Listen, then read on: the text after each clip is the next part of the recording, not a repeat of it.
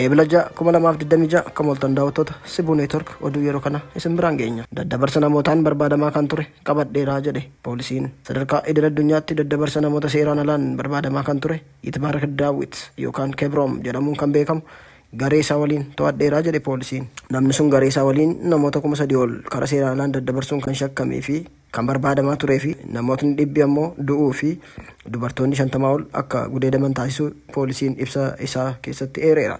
Yitbaarakii fi kanneen isa waliin hojjetan namoota 9 waliin to'achuun qorannoon xumuramee abbaa alangaaf erguu poolisii federaalaatu beeksise. Qorannoon yakkaa walxaxaa fi daangaa ce'uu kana poolisiin federaalaa Itoophiyaa dhaabbata baha Afrikaatti daddabarsa namoota seeraan alaa ittisuuf hojjetu waliin jijjiirraa ragaa taasiseen nama barbaadamaa ture sana naannoo Tigraay magaalaa Shireetti to'annoo jala oolchuu poolisiin dabalee eereera.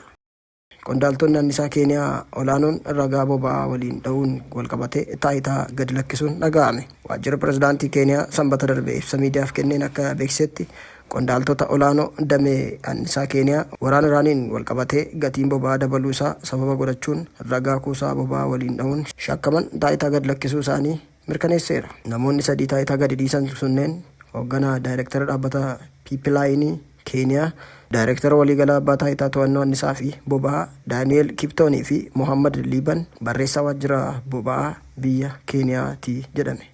Pirezidaanti Ruutoon hojii gadi lakkisuu qondaala mootummaa Mohammad Liiban raggaasisaniiru. Ibsi waajjira pirezidaantii irraa ba'e akka agarsiisutti sababni namootni kunneen taayitaa gadi lakkisaniif walxaxiinsa bittaa boba'aa Keeniyaa keessatti mudateen kan walqabatu ta'uu ifoomseera. Akka ibsa sanaatti ragaan kuusaa boba'aa akka waliin dha'amu kan taasifameef Keeniyaan waliigaltee dhaabbata qabaattus bittaa boba'aa ariifachiisaa akka raawwattu sababa uumuufi jedhame. Waraana Iraanii fi cufamuu galoo galaana Hormuz gidduu kana mudate jiruun dhiibbaan jiraatus dhaabbileen akka Saawudii Armaakoo Trading, Fujaayiraa, ADNOC Global Trading Ltd, Abu Dhabii fi Emirates National Oil akkaataa waliigaltee isaaniin hojjechaa akka jiran ibsichi eereera.